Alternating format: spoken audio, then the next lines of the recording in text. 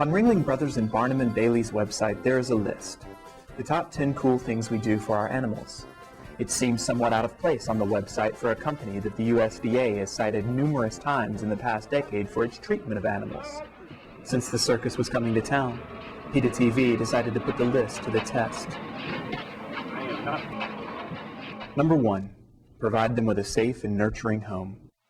Like people, a wild elephant herd places top priority on providing a safe and nurturing home for its children. In this footage from Africa, a baby elephant has become trapped in the mud. Working as a team, mother, sisters, aunts, and cousins work to free her.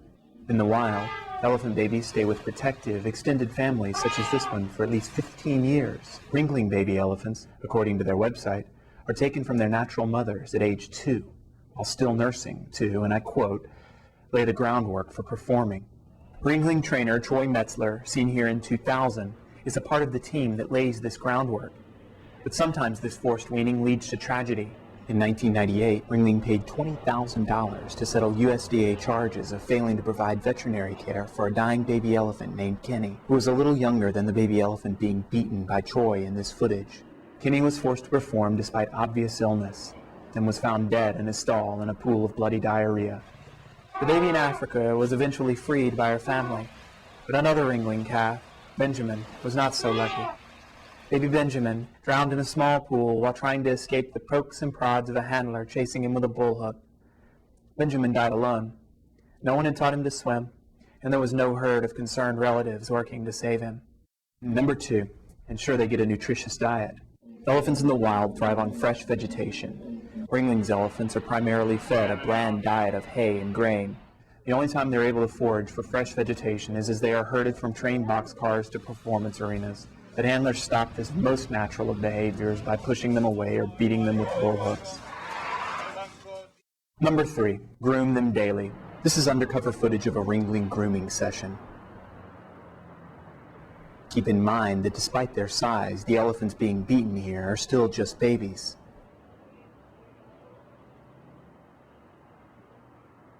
Number 4, train them in ways that meet both their physical and mental needs. Ringling claims to have been caring for animals for 130 years. For many of those years, this care has been meted out by a family dynasty headed by patriarch Gunther Gable Williams. But it's not just tigers and elephants Gunther uses his whip on. In 1994, he was arrested in St. Louis and charged with disturbing the peace. Gable Williams, it seems, had screamed at a police officer and threatened the officer with a whip because officers were giving traffic tickets to circus customers.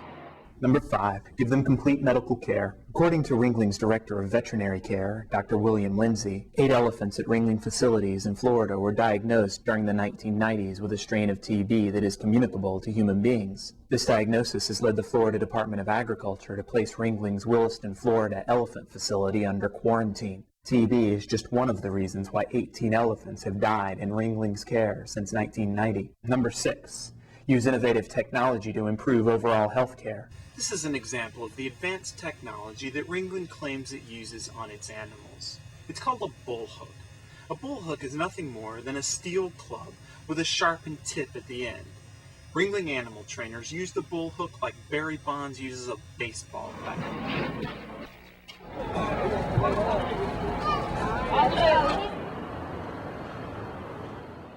Number 7, keep them fit through exercise. Ringling's exercise regime? Hours a day in chains. In 1993, Ringling Brothers helped defeat legislation in California that would have limited the number of hours per day that elephants could be chained. Ringling wrote, "Chaining is a safe and acceptable means of protecting both the elephants and the public." Number 8, enrich their lives through performance. In nature, bears don't ride bicycles, elephants don't stand on their head, and a tiger would never hop on his hind legs. It takes total intimidation to force them to perform these acts under the big top. It makes sense then that in 2000, Ringling strenuously opposed wording in USDA draft policy that read, "Hot shocks, shocking collars, or shocking belts should not be used for training or to handle the animals during exhibition."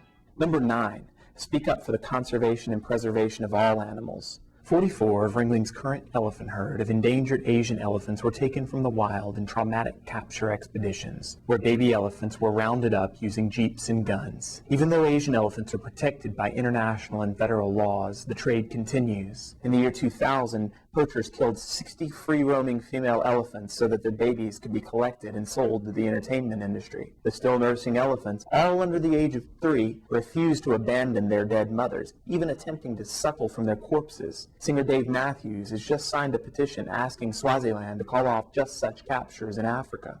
Number 10. Love them. There's an old saying, if you love someone, set them free. Homes for animals liberated from circuses, such as the Elephant Sanctuary in Tennessee, provide a place where former circus captives can practice a new trick for the first time in their lives. Simply being elephants.